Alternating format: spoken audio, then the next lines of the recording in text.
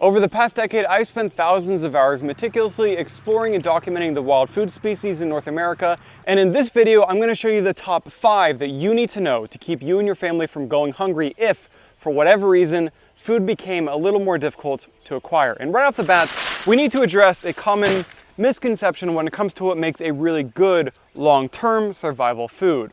I'm not talking about little things that you can find here and there to give you a bit of extra emergency calories if you're like lost in the woods or things like that. No, today I'm showing you wild foods that you can rely on to give you an abundance of calories, providing you with sustenance year after year, even for a lifetime. I call these staple wild foods, and we humans have been eating them for thousands and thousands of years. These are foods that are easy to gather and process in very large quantities, and they're viable to store for long periods of time without major energy requirements. The ones that I'm showing you are concentrated in Central and Eastern North America, but collectively they can be found across the continent and other parts of the globe as well. And don't worry about memorizing all this information, there is going to be a lot of it because I've made a full guide that you can download with all the important details covered. And the first wild food that we're going to take a look at is hickory nuts, which have largely been overlooked due to a misunderstanding in the efficient way to process them. But ignoring hickory is a huge mistake because their nuts contain over 650 calories per 100 grams. To put that into perspective, wheat flour has just about 350 calories per 100 grams. In addition, hickory nuts are extremely nutritious. They are a rich source of essential minerals like manganese, copper, and zinc, and they are loaded with B vitamins as well. You may be familiar with pecan, which is actually just a particular kind of hickory itself, but it's a little bit more well known because you can get them from grocery stores. Because the shells of pecan are quite thin compared to its cousins, it has been spread far out of the main range of southeastern North America. There are two problems with all the other hickories from a food perspective. Number one, the shells are much thicker, but more importantly, for a lot of them, the inner shell and the nut meat, they really wrap into each other. So if you try to use something like a nut pick to get that out, you would have an exceptionally difficult time of it. So forget about getting whole pieces of the nut meat out. We're just gonna pound everything, nut meat, shells and all, into a powder and use it to make the greatest nut milk in the entire world. And this can be achieved very easily with a powerful blender like a Vitamix. There are many different species of hickories out there, but the ones that you are interested in particular for food, are mainly shagbark hickory and then pignut or common hickory. Hickory nuts come in husks that will split, unlike their more distant cousin, black walnut, which we'll talk about a little bit later in the video. That one has holes that do not split. With some of them like shagbark, if it's difficult to open up the hole and get them separated from the shell, just throw it away. That is a bad nut. With other ones like pignut, that's what I'm holding right here, the husks do usually remain completely adhered to the shell, and if they look like that, they're still completely fine. One thing that is very important to do that you do not want to skip is to test the nuts that you're gathering before you get a whole bunch of them. There is nothing worse than spending a bunch of time gathering a whole lot of them only to get home and float test them and realize that 90% of them weren't even good. You can see here that I was clearly in a rush and I did not follow my own advice. So once we've gotten them, now we get to cracking. You need to crack them at least in half at first to inspect the nut inside before throwing them in with all the others to make hickory nut milk. A rancid hickory nut is not something that you want to eat. Rancid nuts are usually discolored. They'll be kind of a darker yellow or sometimes even have blues in there too. You can also look out for nuts that are moldy on the inside, nuts with a weevil exit hole, that's not good, or shriveled up nut meats. Those are all bad as well. Good nut meat is one that fills the inner shell completely, and it should be a nice even beige color on the inside. When you're cracking them, I try to break them into smaller pieces than just in half to go a little bit easier on the blender. And I find this much easier to do with my grandpa's Goody getter right here, which has a small nut ram attached to it. Plus, with some hickories like shagbark or shellbark, I can even get whole nut halves out. Those ones I save, I put aside, and then with the more difficult ones, I just leave them for making nut milk with. And then in order to at least attempt to go a little easier on my Vitamix blender, I'll usually soak my nuts in water and then I'll freeze them to break up the integrity of the shells just a little bit. And then after that, I'll put them all in my blender with water. Don't use the plastic container like I am in the footage right here. You really want to use stainless steel for this application. I blend them for about 45 seconds. And once we have everything broken up, we can put them into a pot with water. We can add a little bit more if we need it. and then we're gonna get that going on a low boil. I stir occasionally, which helps some of the shells to sink and some of the nut meat to float, but the real thing that we're after here is the liquid. And I'm telling you, just the aroma of hickory nut milk simmering on the stovetop is like none other. It is rich and nutty and buttery, and just making it is completely uplifting to the spirit. It'll make your day so much better. I hope that all of you watching get a chance to experience this. It is truly amazing. From here, after you've boiled it, all you need to do is ladle off the top liquid, and optionally you can add in a wild sweetener like maple syrup and enjoy.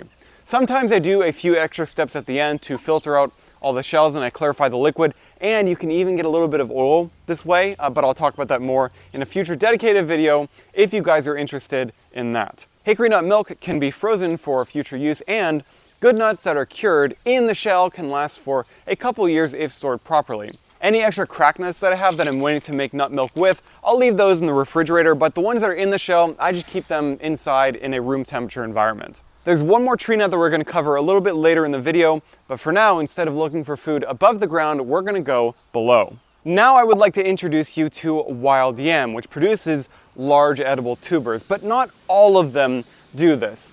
In North America, the two that you're looking for in particular would be Chinese yam, Dioscorea polystachya, and air yam, Dioscorea bulbifera.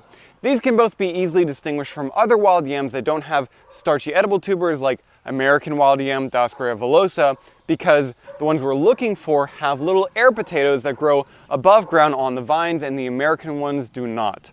Those air potatoes are not only extremely distinctive, but they are also edible as well. For air yam, which primarily grows in the far south of the United States, the air potatoes can actually get quite large and are a really meaningful food. But with the more common Chinese yam, they're a lot smaller, so we want to go underground to find the real food for this one. This is a Chinese yam tuber, and they can get pretty large, as you can see. The one that I'm holding right here is my current trophy wild yam. You can find this plant throughout the year, but like with any tubers that you would gather for eating, they really get a lot larger and they have a lot more calories in the dormant months. Thankfully, even when the leaves have died back, those aerial potatoes will still persist on the plant, allowing you to find them very easily. By the way, the timing for all the species in this video, as well as dozens of other wild food species, can be found in my interactive Forages calendar. I usually look for wild yam around creek sides where they often invade in extremely large numbers. This is an invasive plant in North America, and it grows very aggressively. You may start digging around and only be finding really small ones, so here's a few tips for getting the big boys. You want to look for them in areas that have looser soil, and you want to look for plants that are much larger that are getting a lot of sunlight. Usually this means that they'll start to have climbed up on the vegetation around them. The tubers can grow pretty deep, so I really like to use a trenching shovel for this, and I'll start about 6 inches back from where the plant meets the ground. You want to try to lift up the ground around them, and then you can dig around and pull out the very bulbous tubers that you have lifted up. You'll know if you have found the right one because they should be visibly starchy in any areas where you've cut into them. You can see here how many I was able to gather in just half an hour, and I probably could have gotten a lot more, but this was the trip where I discovered that I really needed to be digging with a deeper shovel than just the standard size. If you have accidentally cut into any of them, you want to use those right away, but for those that remain whole, you can store them in an open container in a well-ventilated area for about a season or so. You don't want to store them with things like onions or other things like that. They have very similar storage needs to potato and sweet potato. Also, fun fact, though the names are often used quite interchangeably, yam, which is Dioscorea, and sweet potato, which is Ipomaea, those two could not be further apart taxonomically. They are very, very distantly related. You must cook wild yam before eating them, and they don't really taste that good if you try to eat them raw anyway. After getting home, I'll rinse and clean them really well, and then I'll put them in a pot to boil for at least 8 minutes or so, and a little bit longer if they are extra thick tubers. After that, you can just take them out and basically eat them the way that you would eat potatoes. I do want to note that some people may experience a degree of irritation when eating wild yam. In my own experimentation, when I ate a significant amount of it completely on its own, I did have a bit of that mild irritation in my throat. But then when I actually mixed it in with other foods as I would normally eat it, it wasn't really that noticeable to me. I've heard that the more you eat over time, the less that you experience this, so check back with me in a couple years and I'll let you know how it's going. At this point, you might be thinking, you know what, this looks like a whole lot of work. Is any of it really worth it? Like, why wouldn't I just grow my own food? Well, to answer that question first, the answer is yes, it is more than worth it. There is something really important to consider when weighing the cost-benefit of foraging for wild food. We can't really compare it to the food at the grocery store, right? Because you aren't actually seeing the huge amount of input and work and labor required to actually get that food onto the shelves in front of you. But if we are comparing it to actually growing all of our food, we need to account for the fact that we need to prepare the land, we need to sow the seed, we need to water the plants, we need to tend to them, maybe we need to save the seeds, and a whole lot more. And with wild food, all that we need to do is show up, gather, and process. I'm not saying at all that you should do one or the other, or that one is better, or anything like that. In fact, it was actually a gardening video by Mark on the Self-Sufficient Me channel that really kicked off the idea for me putting this video together and sharing it with all of you today. What I am saying is that both of them together will provide you with a tremendous amount more than just one or the other alone. And you can do really small bits of work here and there, like thinning out the canopy around a nice hickory tree that results in a massive boost in nut production for years and years to come. What I really want to emphasize here is that nature is filled with abundance. You just need to know what to look for. And we're going back to a tree for the next one. This one is kind of a hybrid, a little bit of a true survival food, a little bit of a staple, and a little bit of a traditional herbal medicine as well. It's called slippery elm, and the food part is the inner bark, which is filled with starch and mucilaginous compounds. If you're in a pinch, if you're actually lost in the woods in the wintertime, you can find it and peel and chew the inner bark raw to get a pretty good amount of starch out of it. Seriously, you don't want to overlook this one. There are over 300 calories per 100 grams of the inner bark of slippery elm, and you can easily dry it and store it for a very long time. In the wilderness survival context where we're having it raw, if you haven't eaten it a bunch before, you might get a little bit of an upset stomach from it. But in the long-term survival context, as a staple food where we're actually going to be cooking it, it's kind of the opposite. It can be really soothing to the stomach. To gather slippery elm inner bark, cut into the outer bark in a long vertical strip and then peel it upwards until you get your desired amount, and then break it off from the rest of the trunk. You really want to get a vertical strip and not a horizontal one because, well, for one, it's much easier to peel it vertically, but two, it minimizes the harm to the tree so you can return to it in later years and be able to gather more bark from it if needed. After removing the bark, you can then scrape off the outer corky bark. We don't really want to be eating that part. We'll then take our inner bark strips and we'll boil them in water to extract the beneficial compounds that we're after. And then we'll just strain all the bark fiber out. This produces a drink that is really sweet and, to me, very, very delicious. But another benefit with this is that if you are having digestive issues or things like that, in a survival context, that can be a major issue. So slippery elm can be a vital tool to provide you with calories and mitigate that problem. Some people are worried about slippery elm being endangered, but it is worth noting that that is completely a myth. Slippery elm is not endangered. But in addition, its cousin, Siberian elm, which has a much larger range, can be used in the exact same way. I really encourage you to look for Siberian elm because it's a much more aggressive grower and you can gather a lot more of it.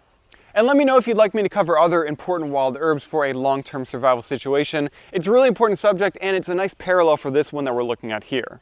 All right, we have two more and I have saved the best for last. Between the two of these, I could easily talk about them for hours and hours. I go back and forth between them on which one is really the best staple wild food in the world. The first one is acorns, the fruit of oak trees. Acorns, like hickory, are extremely misunderstood as a staple wild food.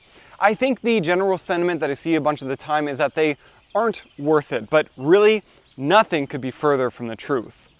Oak trees with acorns can produce somewhere in the neighborhood of 5 million calories per acre. And yes, I'm talking about calories that you can consume.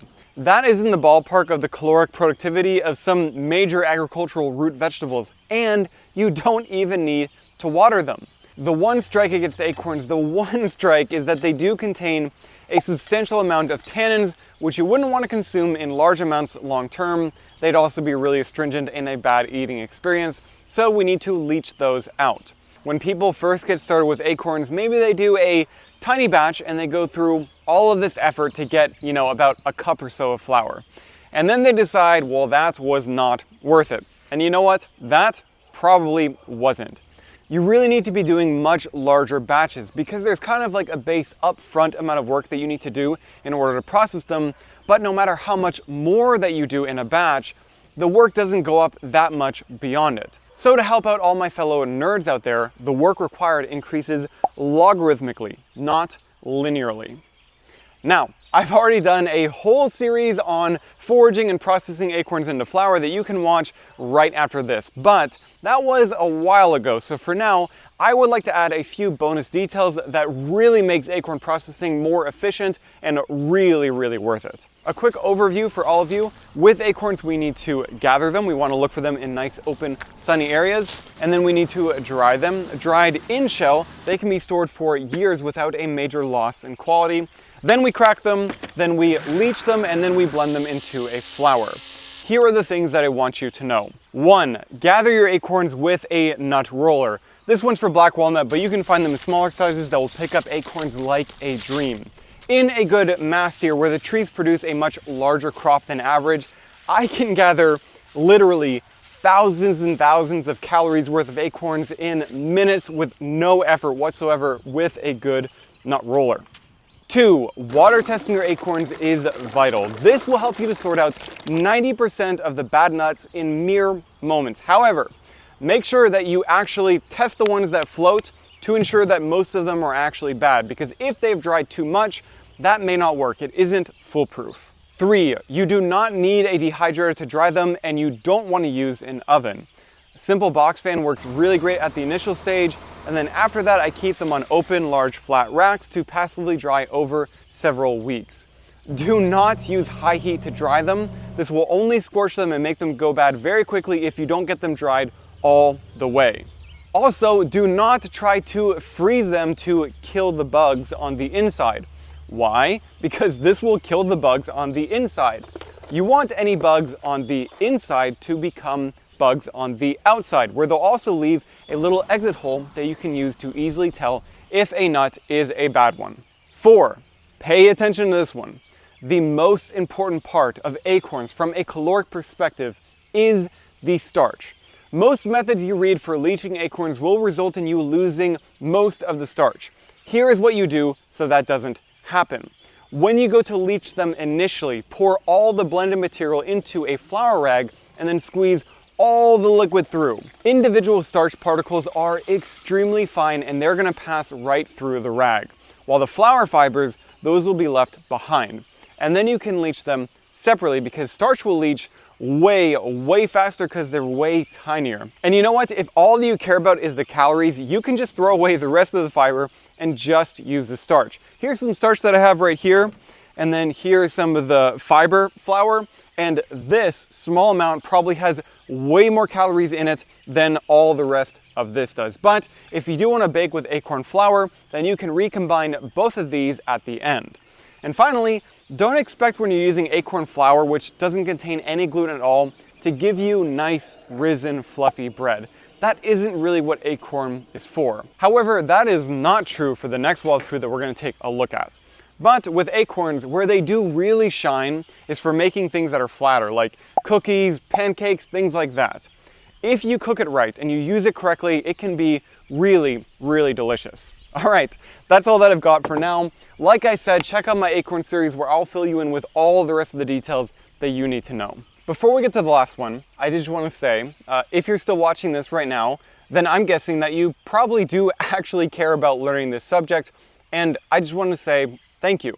My hope with this video is that it's going to help people to build more food resiliency. I mean, if a situation did develop where we did actually have to rely on this information, can you imagine what it'd be like if instead of everyone panicking and wondering, oh my gosh, like where are we actually gonna get our food from now, that we all not only knew what species to look for to get food, but that we've all already been actually practicing it, that we're all already getting a meaningful amount of calories from the wild, that we're already tending to the land to maximize the productivity of the wild around us, that is a world that I want to live in. That's a world that I really want to see. And the more people that are around you practicing this, the better for you, for your family, and for your loved ones. So please, please share this with your community. Teach this to other people.